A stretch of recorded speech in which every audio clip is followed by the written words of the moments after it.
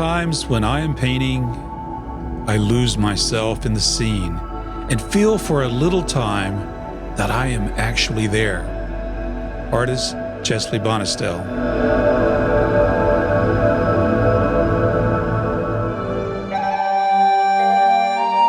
This is The Artful Painter, art lessons for artists, collectors, and people who love art. Bryan Mark Taylor is no stranger to many outdoor painters. He's the inventor of the outdoor painting system, STRADA Easel. I've seen it out in the field. Many artists use it. Bryan himself is a remarkably versatile painter. He's adept at painting landscapes, urban and architectural scenes, the still life, and highly imaginative scenes with a science fiction flair. They're just amazing. Bryan's deep love of travel moves him to paint evocative images that are full of mystery and awe and reverence for the people and the landscape he experiences and carefully observes. Now, Bryan had a chance encounter with another lover of art, Keith Huang. That encounter would lead to another venture, which I will tell you about in just a moment. Keith Huang was born and raised in Taiwan, and then he later moved to the United States. And while in the United States, he studied with fine art portrait painter Parson. But Keith made a dramatic turnaround. He went from studying fine art to accounting. He earned an accounting degree in 2011 and honed his business skills in corporate America. However, Keith's love of art was never far off. When Keith and Bryan met, they immediately clicked, and thus was born Sentient Academy. Their vision for Sentient Academy is to bring affordable, top-quality art education to everyone who has the desire to learn. They both want to provide more than just online painting courses, though. They want to provide a rich community where artists can receive constructive feedback and encouragement. They also want to fill the large void of the lack of art business education that traditional universities, schools, and even other online art education sources neglect. Now, I'm not talking about the Dan Kennedy and the J. Abraham School of Marketing. No, this is the nuts and bolts of practical business that every artist needs. Bryan and Keith hope to be a catalyst for raising up a new generation of amazing artists for the 21st century. My name is Carl Olson, and this is The Artful Painter.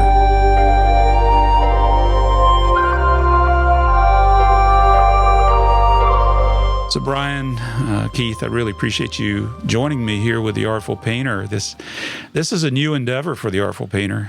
I'm trying to emulate what you guys have been doing. You've really gotten into video production, your education with Sentient Academy.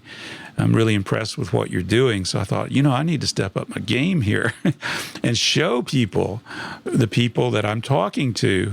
It's a real pleasure to have you two on The Artful Painter today. Well, thanks for having us. Yeah, thank you. The first thing that I have on my mind, I saw this little news bit the other day. It's an artist I follow on YouTube. His name is Tio. He's from Singapore. He was relating this survey that the national news there published, and it was a survey of what did the people consider to be the most useless jobs. And what do you know, number one was artist. I couldn't believe it. Artist. I personally feel that art is very important no matter what we're going through or how difficult of the times. What do you think of when you heard that?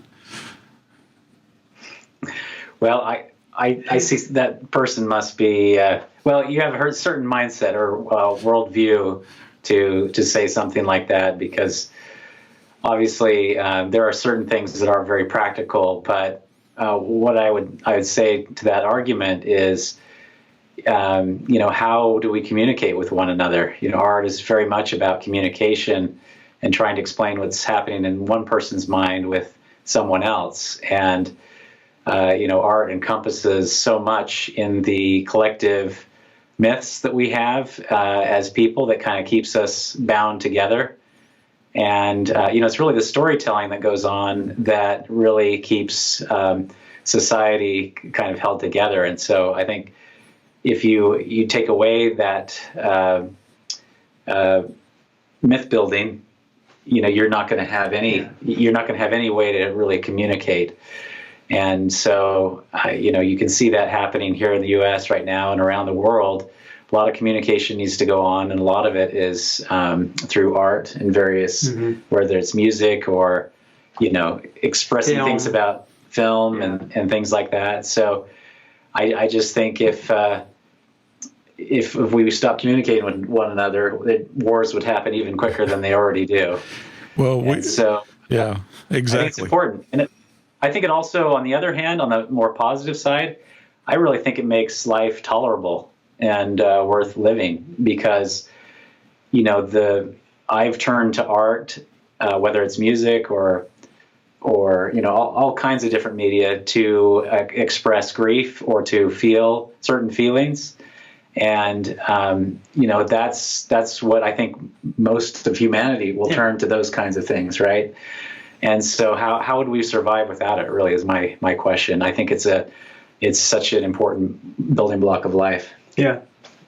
And for me, you're going to see a lot of this. Here at Sentient, we have an art side of the brain, and then there's the logical side of the brain. Because as soon as you mentioned survey, in my head, I started, getting through all the statistical things that I learned to say, well, number one, what is the sample size, and how do they sample it? If they sample just the business people, and the result is basically skewed, right? So a lot of things that goes into a survey will make me question.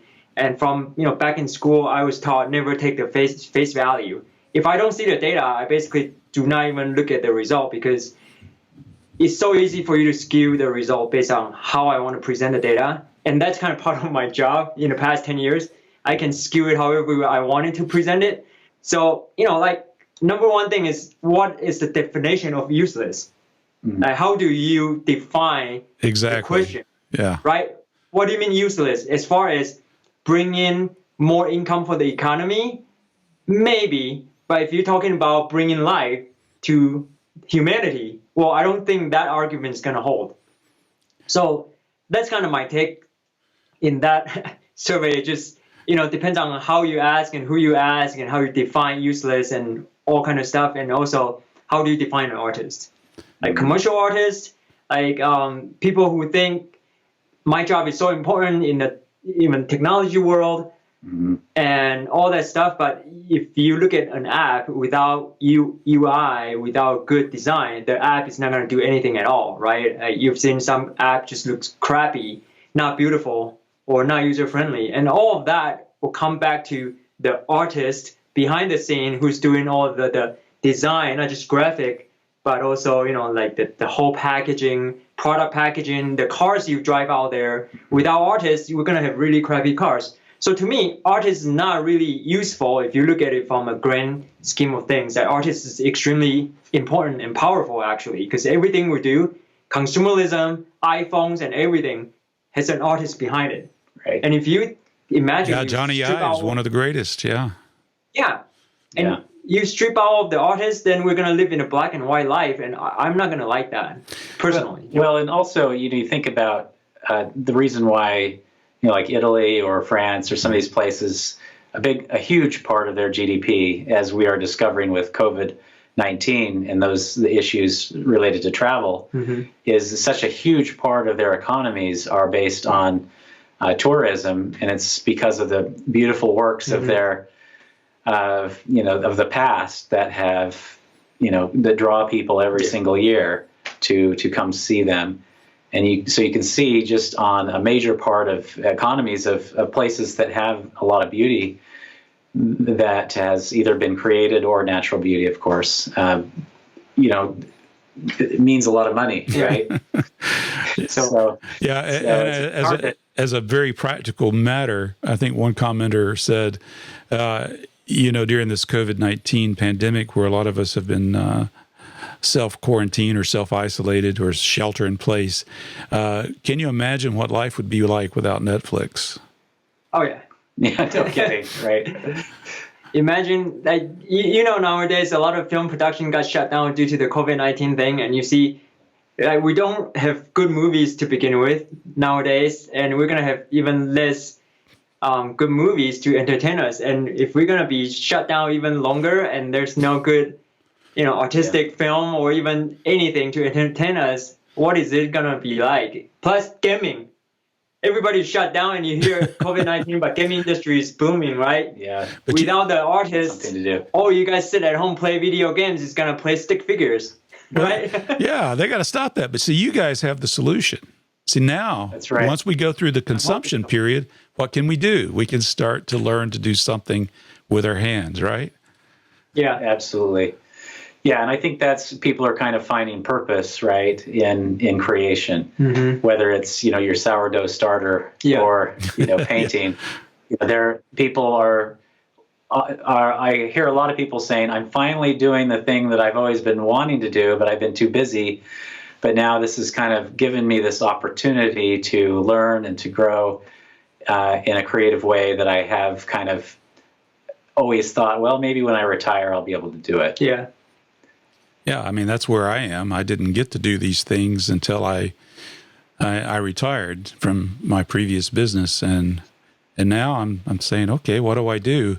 And now I'm completely isolated, and and I've been producing a lot of content, but I've also been consuming a lot of content to learn new skills and to keep my mind active, and also to paint. So I've really enjoyed having actually, there's a wealth of learning material, both free and premium, that's out there. That's where you can really become you can really devote yourself to studying how to do something as opposed to just, being entertained, as it were. Yeah. Yeah. There really is no excuse now to, if you wanted to put the time in to be anything you wanted to be, or to learn anything you wanted to learn. It's all out there, and that's really exciting. And it's bringing about a real renaissance, and you'll see even some of these young people that we're going to have a new wave of some of these younger talented artists that are in their 20s, and they've been able to get such an early start because of this online content, and it's really exciting to see that. I was, speaking of that, I was really impressed with Keith's interview of Kyle Ma. He's one of those young artists that I'm just thinking, oh, wow, he is doing such a fantastic job. But I enjoyed that conversation going into, tying the calculus and differential equations and things like that with the painting process, because mathematics is the language of our physical existence, and there's beauty in it. There's art in it. And we just try to do some pale imitation of that, being inspired by that. Yeah, that's absolutely true. Well, like the Palladio, the great architect in the Italian Renaissance, talked about how his architecture was frozen music, right? Because of the different spatial relationships that he developed in his work, and that's really fascinating stuff for sure. Yeah, and it has a long and deep tradition. Or even look at Da Vinci. Like a lot of stuff he created is not just pure art. It's art and science all blended together. And nowadays with technology too, like all the beautiful things you see out there behind the pretty stuff, there's computer code behind it. So right now we're really entering into an era of combining science and art all together, even with new technology that we don't even know right now. It's going to bring art to a multi-dimensional level, like the virtual reality or even augmented reality, all these new things. Yeah. Yeah. Well, and it's, some forward thinkers have made the argument that we are now cyborgs because we use tech with a tech mind with our own mind to create something better. Yeah. And I think that's really well illustrated. Like one of our instructors, David Dibble, he's an amazing artist. Yeah. Yeah. He worked at Blue Sky for many years, and just the animation aspect, things he learned how to use Photoshop really well. And how he incorporates that into his painting process. You can see he creates some really stunning designs, and is able to do a lot of inventing beforehand, before even painting, so that he can make a more interesting type of composition. Or even make up the lighting to create a mood. Like things he learned from the movie industry, he's applying that in fine arts. And if you look at his painting, there's a reason why he's winning awards, right? Like the effect, the light, it's just so breathtaking that yeah, that's a good way to describe it. Yeah. Yeah. Yeah. And so we're going to continue to see new things like that. You know, there are even AI generated imagery, you know, that is quite stunning as well. They're using in certain movies. You know, I have some friends, good friends that are working on with James Cameron on the next series of Avatar films. Wow. And I guarantee you this next set is going to blow everybody away of what they're working on. It's amazing. And so anyway, it's really exciting time to be learning and to have access to some of these artists that you would never have access because they're so busy. Mm-hmm. So that's what we're really excited about here, to be able to do that.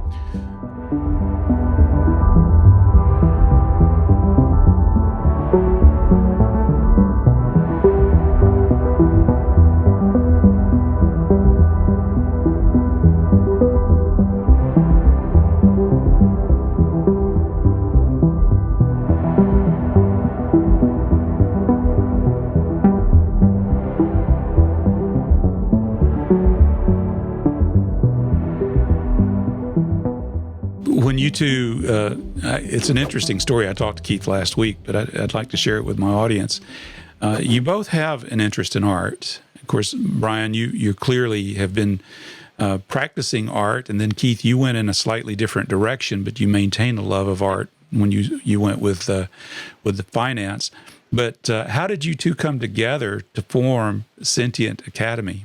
We live in the same school district. We live fairly close, and basically, Keith, he is native Taiwanese. Yeah. And he was celebrating the Moon Festival. Yes, right? the middle. And moon so our kids are the same age, and they're in the same class. So we got invited to a party to see to celebrate the Moon Festival. You know, I've traveled to a lot of different places, but you know, I've been to China many times, and so when we heard about that, and my wife heard about it, because you know she also has traveled with me, and we thought, oh, we love doing new things like that, or celebrating things. We love different cultures, and so yeah, we heard about it, and we're like, we'd love to do that. So we came over and we talked a little bit, and we saw that Keith was a painter, so that was kind of neat to.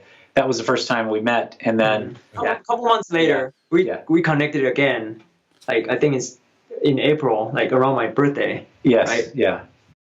And then you had this proposal because Keith was really seeing how the tech of online art things. You were following my work and other artists on Instagram, and you're like, well, the time is ripe to put together these online instructional videos on. And I had at the time been working privately with an artist, and I was trading video services with him. And he kept saying, you know, everybody's putting their content online. Why don't you put your content online? And I just saying, hey, you know, I'm just too busy. I've got too much going on. Yeah. And I did a few little videos with him, and but anyway, it just is a huge task to do something like that. Keith invited me for lunch, and you know, he kind of laid out this plan that he had for putting together an online academy. I thought, you know what, this is a guy that could actually pull it off. You know, when I hear him talk about, you know, his background in finance and you know, with tech, you know, computers, understanding that, you know, knowing how to run a business, the desire that he had to do his own thing, like he just wanted to get away from the corporate stuff. Because you know, he worked super hard, poured a lot of his life and energy the last decade, right? And so I thought, you know what? I mean, if anybody could do it, then he could. You know, I had wanted to do something like this because I had helped the Academy of Art University, which is the largest private university in the world, start their online program. Wow. About a decade. Well, let's see. Back in 2005 is when we were starting to do it. So way early. And I had some thoughts, even had a conversation with my brother about in 2006.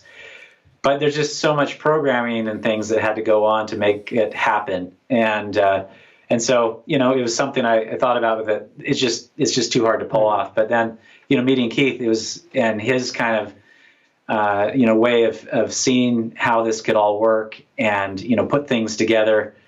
He's very multi-talented in handling, all the things that are needed for something like this. Yeah, polymath, exactly. Exactly, yeah. And so that's been a great thing. So part of it is me reaching out to a lot of people that I've met and know over the years, and that have seen that we can put together a good quality product. So we're really lucky to have the great artists that we have with us already, and we're only a year old, so we're looking forward to a lot more coming up, people that are signing up. So it's becoming a really sought after art program, which is exciting to see. That even college professors and universities are using as well. Let me just understand how this worked here. Keith, had you already had the idea that you wanted to do something like Sentient before you met Bryan, or was he kind of the catalyst to crystallize that and bring it all together? I moved here from Taiwan to pursue art. Actually, when I first started, I was wanting to do interior design, and then I started doing some other things until I met my mentor, Parson, and I just really got into portrait fine arts. And that kind of just got me fall in love with fine arts. And then 2008 happened. I went back to school, get my accounting degree, and started my whole corporate finance for the past 10 years. Well, what made you decide to get an accounting degree? Here you are. You're in the arts. You're the most creatives don't want to even touch a ledger, or QuickBooks. Well, the real story is this. My wife went back to school, and she got some student grants, and she got a nice little laptop. And I was looking at it kind of like, well, how did you go to school and get a free laptop? I want a free laptop too. Well, I do too. What triggered this whole thing. Yeah. So I went back to school so I can get my nice little HP laptop, and then I started taking some courses. And they told me I need to get a whatever degree. So I went to my accounting 101, went in there, had no idea what they're talking about. First class, I was about to quit. Just kind of like, there's no way I'll understand this. But my personality is, if you tell me I can't do it, I'm going to prove that you're wrong. So I went back to school, went back home, hit the books really hard. Next class, I came in, I knew everything more than anyone else, and just kept going with that. And turned out accounting is nothing but logic. I have pretty good logical mind, so to me, everything just makes sense. And that's why I started the accounting degree. And also the other factor is, we're trying to do art, and it's 2008, we got our first baby, nothing's happening, and I have to do something, right? So I went back there, but long story short, when I met him, I already was kind of wanting to do art. Like we talk about, right? Like life, you get busy, all these things, work, money, it's not really bringing you that soul. Right. And for the whole 15 years, I had my old easel from back in school. Every time we move, we will pack that easel. My wife just look at me like, all these oils, all these brushes, why do you bring it with you every time we move? And I said, one day I want to get back to painting again. And I kept saying that over and over again until I met this person. He showed me his work, and I just kind of like, whoa, I need to start painting again. I'm not going to die before I touch my brushes again. Yeah, So sometimes it takes a little catalyst like that. I mean, Right? I think a lot of us are that way. We see something that just knocks our socks off, and we say, wow, I really want to do that now. Yeah, and I was just really envious of him because his life is my dream life, right? Like painting all day. So I went back, and last year, beginning of 2019, I set a goal that I'm going to start painting every day. So I did that for the first, I would say 3 months until this whole idea of this online academy just starting to form, because I started seeking out for some online instructions, and I purchased a couple instruction DVDs. And at that point, people make it pretty affordable. It's about $15 per video. It's really affordable. But if you add it up, it really adds up. If you get 1, 2, 3, 4, 5, next thing you know, you spend $100, $200, $300, $1,000 throughout the year. And I feel like, there's got to be a way for us to pull in a great group of top professional artists to provide you some kind of great resources and not just random DVDs. We talked about this when we started. It's more of a, we build the curriculum, we put in the time to build it like a college course, but it's much more affordable, much more accessible, much more flexible, that anyone can potentially get a college fine art training without, moving to a new city or a new country like me, paying rent and go through all of those trouble just to learn art. We want it to be just, you log in and turn on, it's right there. That's kind of where, when we talked about it, one of the challenges that I had from, the school that I went to and helped the online program, is so expensive that but it puts our art students in enormous debt. I was in a lot of debt by the time I had graduated. Well, not as much as some, because I worked throughout the entire time, so I was able to at least escape. Like some people were $400,000 in debt by the time they were done, and that makes sense if you are going to be a brain surgeon. It doesn't make sense if you're going to be an artist. Yeah. And so that's kind of my experience with being at a expensive art university. It just, it has to change. It doesn't make sense to go and pay that much. Well, I remember years ago I interviewed a director of photography. His name is Rodney Charters. He filmed every single episode of that old show 24 that had Kiefer Sutherland in it. Wow. Yeah, he did every single episode. He said, people ask me, should I go to film school? And he says, people will consider this controversial, but I don't care. He said, I tell students that rather than spend $250,000 to go to film school, take that $250,000, go buy them a good camera and make their own films. Invest it in their business and learn. And of course, online learning was something that was beginning in earnest back in 2009, 2010 with video production. So, I think the way we learn is rapidly changing and is going to affect the institutions. Yeah, absolutely. Well, we're going to see a lot of revolutions in the next 10, 20 years. We may not have parking lots in the same way if we have self-driving cars, and we may not have schools because of the virtual classroom, right?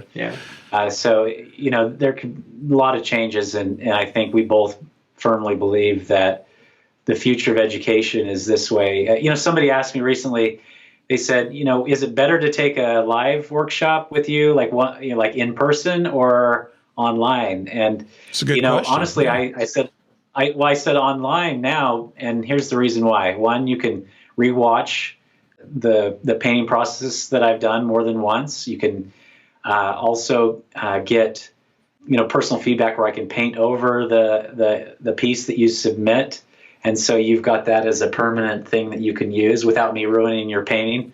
And that's what I usually do. Or I put all my marks on it, right? Yeah, which kind of annoys people, but it's the only tool I've got really when we're out on location. The other thing is I can speed up and slow down the film while I'm kind of discussing what I did, so that you can capitalize on people's attention.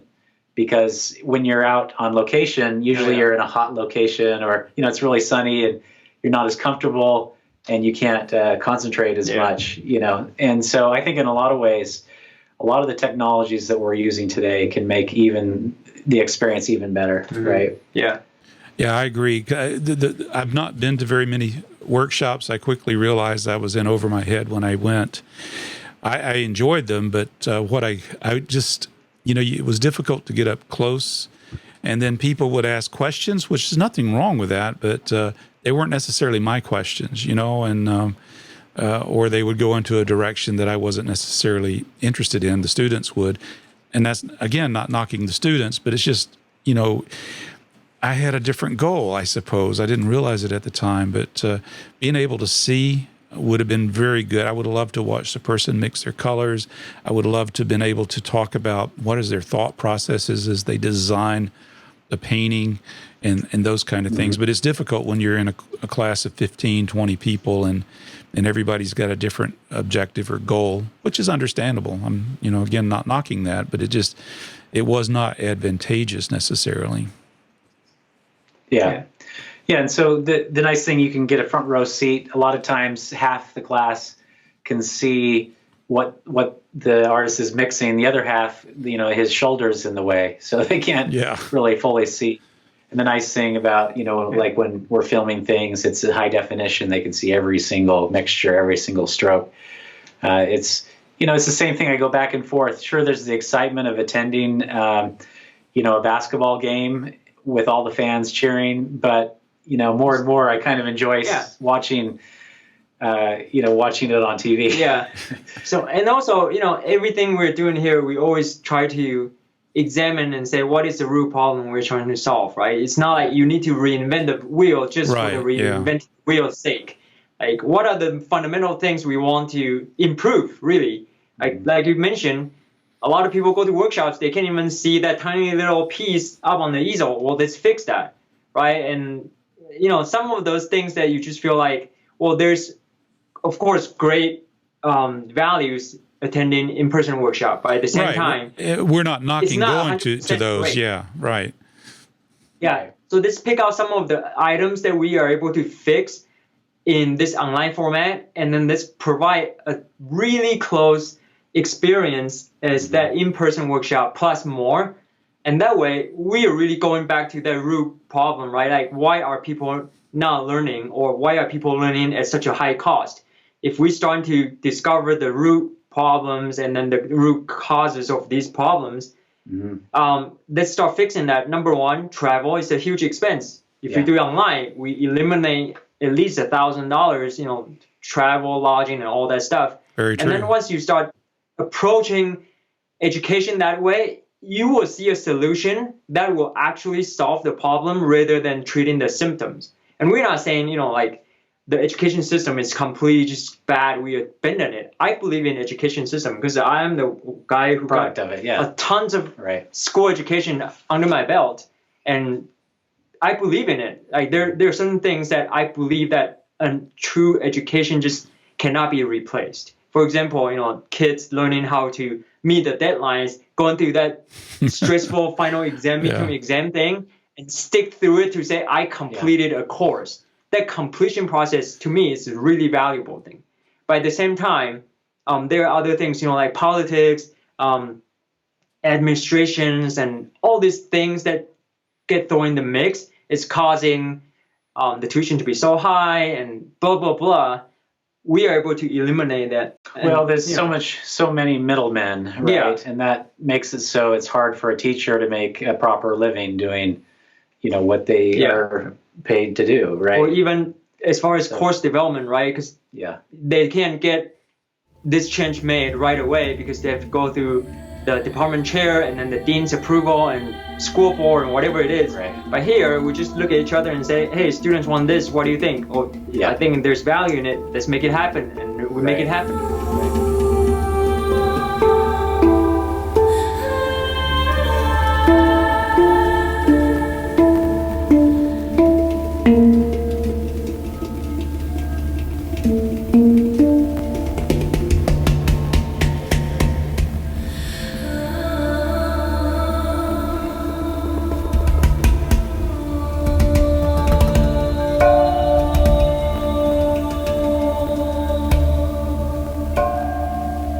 I think that's a good point. It's something I've been talking with several artist friends of mine is,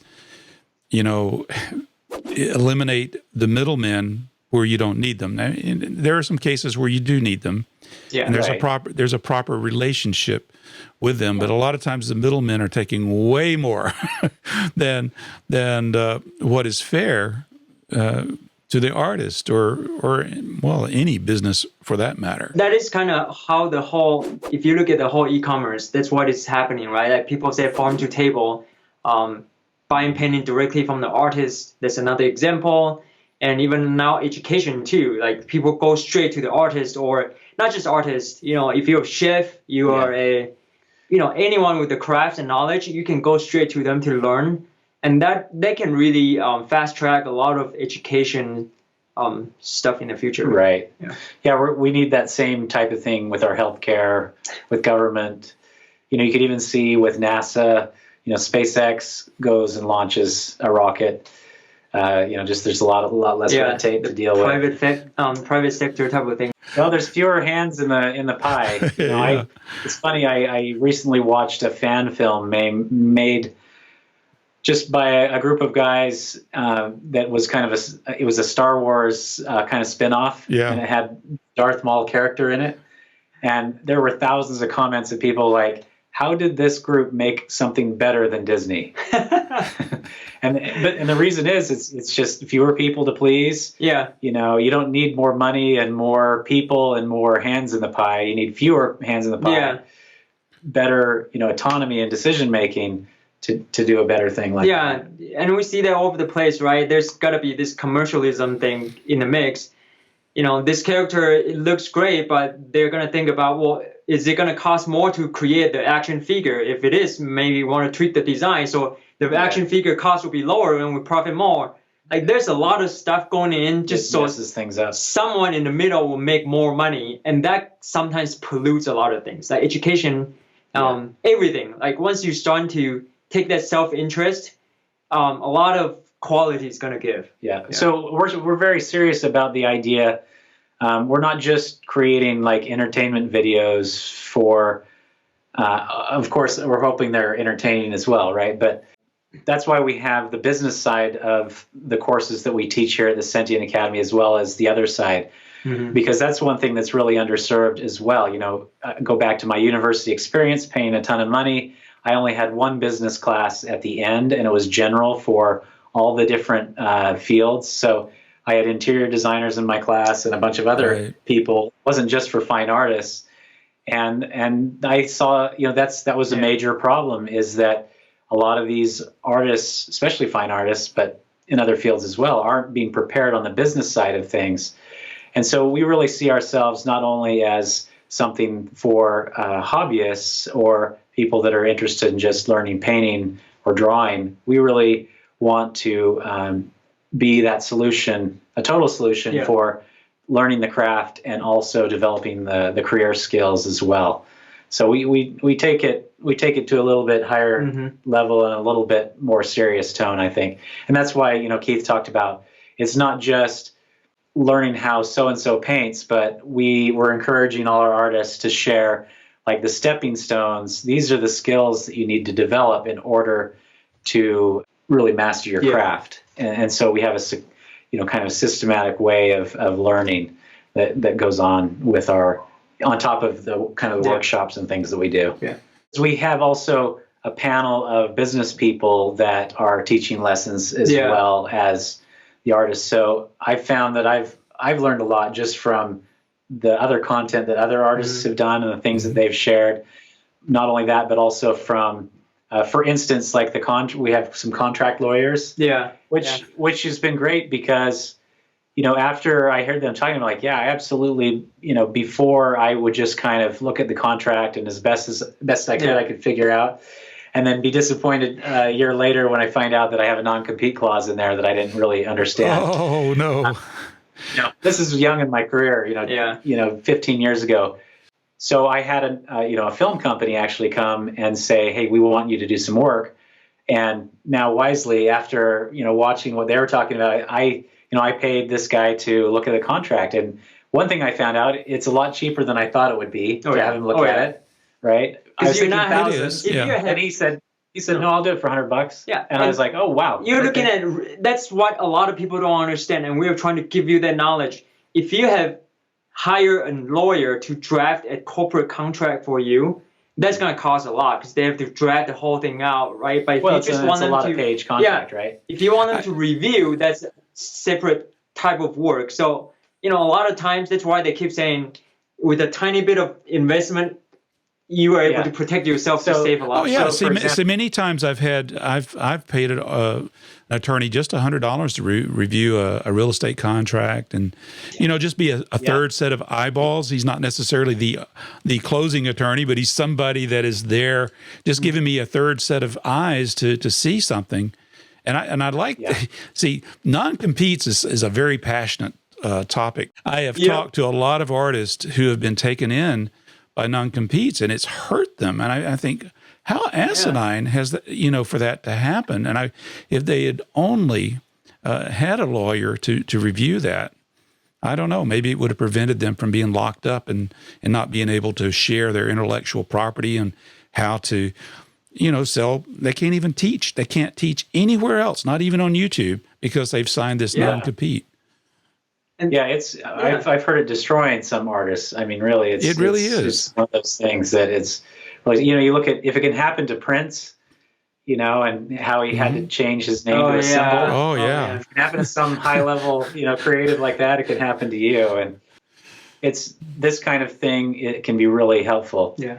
So anyways, that is one great example, especially a little bit background story about those two that we work with. Right. They actually approached me when they saw us announce we're kind of building out this Sentient business school. Mm-hmm. They reach out and say, hey, are you thinking about teaching, corporate entity selections, contracts, or even, non-compete, some of these things, or even tax strategy. Or copyright. Yeah, copyright. Good. They reached out and say, well, we are, more than willing to be involved, and we would love to do this for free. And they actually spend a lot of time here filming. And what I love about this group of business people is we all have a passion for fine arts.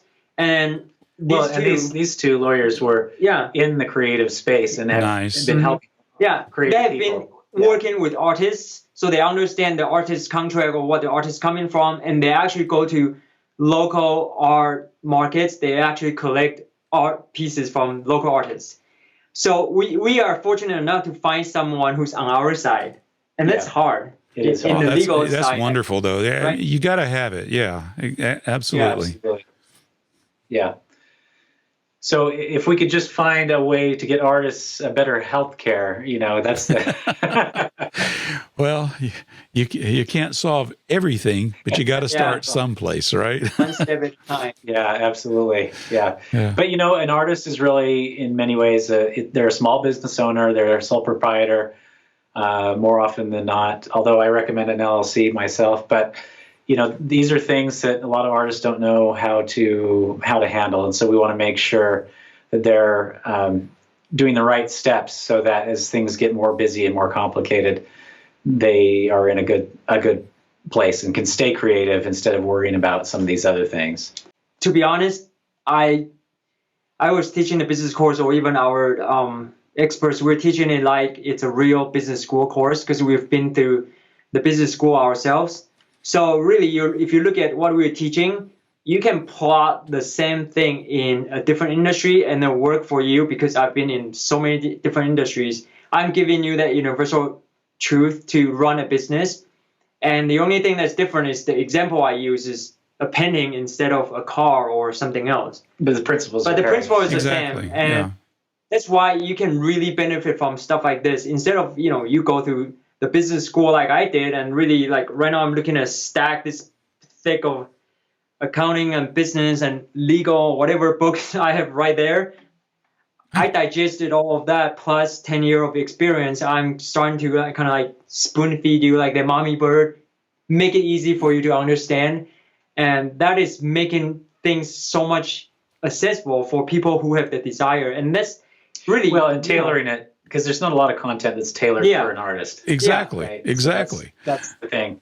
Yeah. We want to, because there's a lot of information that that's maybe not as useful, and you're using those like most important things. Yeah, because if you go save to them school, thousands of hours. Right? Like you can take advanced accounting and auditing, but for artists, I tell them, you want to get those things done, pay an accountant. Yeah, there you go. Yourself. Get your own CPA, man. Keep good records. Keep good records. You got to know what to keep. Yeah. And that's the thing is, some things you need to know the basics to make the decisions as a sole proprietor or like a business owner, entrepreneur.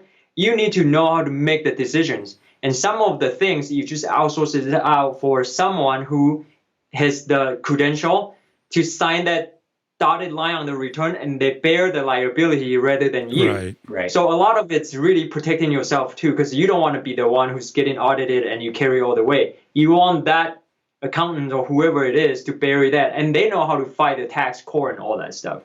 So, and I remember tax was like one of my least favorite topics in school, but I got a it's my least favorite topic in life. What are you talking about? but you know what? Good point. But you got to know it, right? Yeah, gotta know but it. I've worked with students, like I always have a co-pilot in school, right? Like my buddy, he is the guy who loves to dig into all the tax cases to build his case. And I got another buddy, he just made it to the partner in one of the big Utah CPA firms. So there are people who are good at what they do. So I guess what I'm trying to say here is do what you are good at. If you're Right. an artist, Know when you can outsource those. yeah, Exactly. focus on those things, outsource some of the things, and you can leverage the expertise from other resources. And that's what we're trying to offer here is you don't need to know everything. Well, I think Right? you guys are really Just making make- this less scary for us, the business side of things. And there's another trait about you two that I really have enjoyed. I've enjoyed getting to know you just a little bit here, talking with you, but you have very diverse lives. You've mentioned your interest in travel, your different backgrounds and different experiences. Even in your bio, Bryan, you talk about being an inventor, and I think, oh, wow, that's so cool. You have so many dots that can be connected and interconnected that can create the unexpected, and I think that's what's exciting about you two being into business together and doing this Sentient Academy. It's so different than anything that's out there right now. Thank you. Thank you. Well, and that's one thing, again, we go back to that birthday dinner with Keith, and just hearing him talk, I just felt like he's very complimentary to the things that I have, so that we can, we're not clones of each other. And that's the dynamic that I think is really, has made this, especially in a year's time, go from 0 to 60 because of that, and also leveraging all some these other great people that we have that have been willing to step up. So we can't take all the credit because we have a great team of people that are also putting the great content out, being willing to share their time and their talents and things like that. That's awesome. Yeah.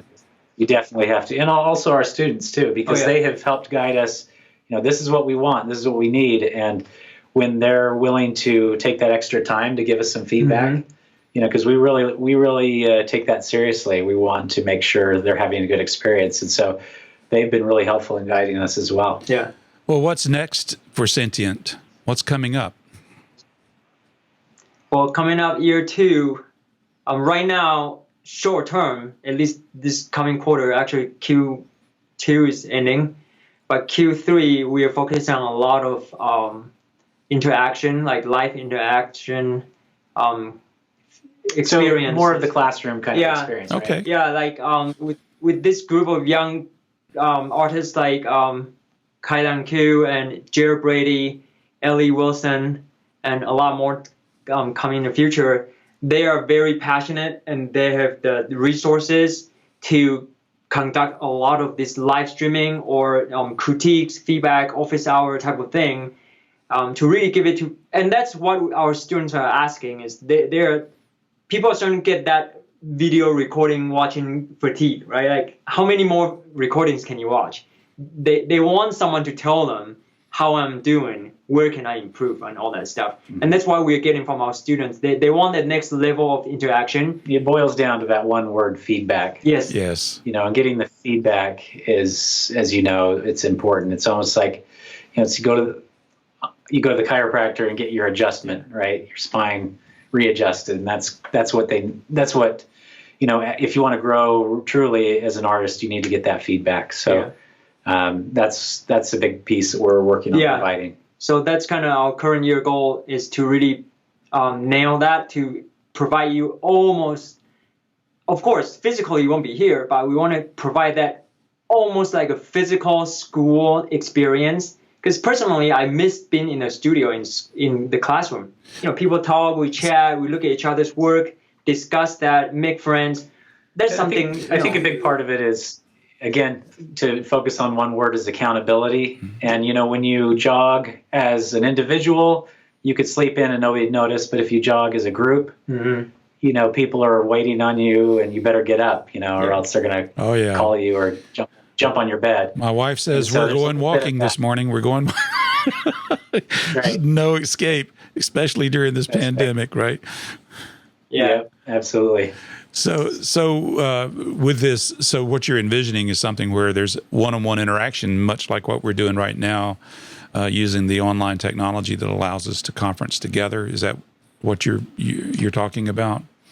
Well, right now, first phase is probably not going to be as much of a one-on-one because it won't be fair for the artist, because still we don't want to charge you an arm or a leg, right? But one-on-one, it's going to require them to set things aside, and the opportunity cost that's involved for the artist to commit to that is much higher.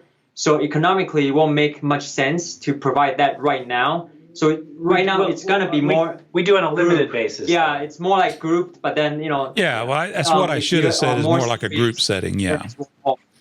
Yeah, group setting, but then there's going to be more of a one-off, one-on-one thing as it comes. Like, it's not a huge group, though. Yeah. It's definitely... smaller group settings and stuff like that, just so... Again, the purpose of it is that if you do have a small group, there's an accountability within that little group, not only with the instructor, but with the others there, that kind of helps spur you on.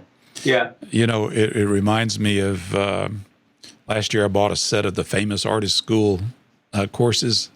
It was popular back during the 50s and 60s, but one of them actually had the worksheet that the student had done and the feedback, the notes of the artist on that. No kidding. It is so cool to see. I don't know. I don't remember the name of the artist that actually, because they hired a lot of people to do that type of thing. But that feedback was necessary, and that was kind of a precursor to this online stuff that we're doing. All they had was snail mail at the time, but it's pretty cool. Well, even then, they had some famous artists that came out of that program. Oh, yeah. And that's kind of an exciting thing, and we are seeing just this great progress. In 5 years, we're going to see some of our great alumni really going places. That's awesome. Well, I know we haven't even got into really the art that you two do, but we'll have to talk about that another time. But I really wanted to talk about the education side and how you two are working together with Sentient. I like what I see there, and I thought it would be nice to share that with my audience today. And that's at I'll provide a link to Sentient Academy in the show notes here, as well as links to both of you as well. But I deeply appreciate you taking the time to speak with me and share your thoughts, not only with me, but my audience. Yeah, absolutely. It's been our pleasure. It's been fun. Thank you so much for your time and the opportunity. Well, it has been fun, and of course I really enjoyed talking with you last week too, Keith. I was sorely tempted to press the record button. We should have. That's actually what I've been learning is whenever I talk to someone, just hit record. There's always good stuff coming out. It never hurts. Yeah.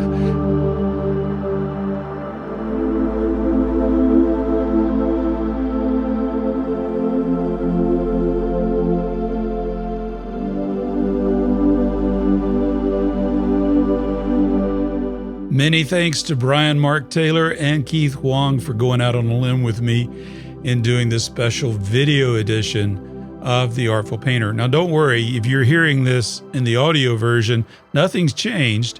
The only difference is there is a YouTube version that has the video component to this podcast. So it was a new experiment, and Bryan and Keith were willing to help me out with that. So it was a great conversation with them about Sentient Academy. It's very interesting what they're doing. Remember, you can go and check them out at sentientacademy.com. I would like to do more video versions of The Artful Painter. After all, this is a very visual art, right? Painting is very visual. And yet here we are, we're talking about it. So this is almost, the podcast, at least in the podcast feed, like if you're listening in Apple Podcasts, Google Podcasts, Stitcher, Spotify, or whatever, it's all audio. So, but it's such a visual field, and I feel like video opens up a whole new component to that. So I would like to do more versions of The Artful Painter in a video format to provide that along with the audio. I wouldn't do away with the audio version of the podcast, but I do want to have the video component. However, it is a lot of work. It takes a lot more time to produce. It takes more time to edit. And as you can see in this particular version, there's things that I could have done better. I learned a lot just doing this one episode. It's been many years since I did a video version of a podcast, so this was very informative. And thank you for bearing with me on that. Anyway, let me know what you think. If you like the video version, you can leave a comment. If you're watching this on YouTube, you can leave a comment below, or if you're listening to the podcast, you can send me an email at carlolson.tv and click on the contact tab, and you can send me an email that way. I want to acknowledge the associate producers of The Artful Painter. So who are the associate producers? Well, I call them that because usually a producer is someone that handles the financial end of a movie production or a television show or something like that. So these are the folks that have made a financial contribution to The Artful Painter. They've helped supported it by their generous financial gift. Who are they? Well, Alan Bloom, Jeffrey Eichhoff, Brent Kimber, Jim McVicker, Debbie Mueller, Frank Wash, and Colleen White. I want to thank them all for their generous contributions. If you would like to contribute to The Artful Painter, all you have to do is go to carlolson.tv and click on the Donate tab. I love hearing from everyone. I love your questions. I love your feedback. If you'd like to send me a note, go to my website at carlolson.tv, and again, just click on the Contact tab. Thank you for listening to this edition of The Artful Painter. I'll see you in the next episode.